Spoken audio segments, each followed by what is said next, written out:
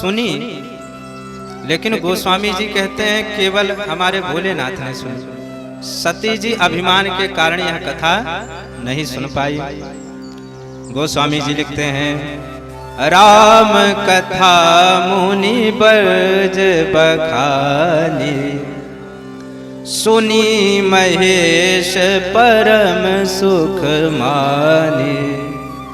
राम कथा मुनि बरज बखानी, अगस्त्य जी ने कथा का बखान किया, सुना किसने? बोले सुनी महेश परम सुख मानी। देखे कथा भी मन का विषय होता है। कई लोग कथा में भी बैठे रहते हैं लेकिन मकान दुकान की याद करते रहते हैं, तो कथा उनके अंतःकरण में नहीं जाती। तो बैठी तो सती जी भी थी कथा सुनने, लेकिन अभिमान के कारण कथा नहीं सुन पाई। इसलिए कथा मन का विषय होता है। लागी सुने श्रवण मन लाई,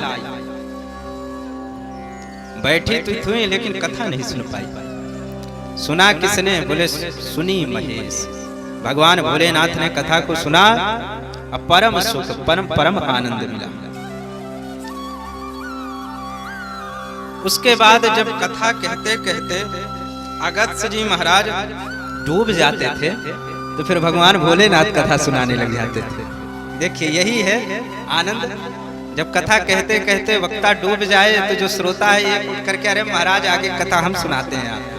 ऐसे ही भगवान भोलेनाथ अगस्त्य जी कहते कहते राम कथा में जब डूब जाते तो भगवान भोलेनाथ कथा सुनाने लग जाते। इसीलिए गोस्वामी जी ने कहा है, कहत सुनत रघुपति गुण गाथा,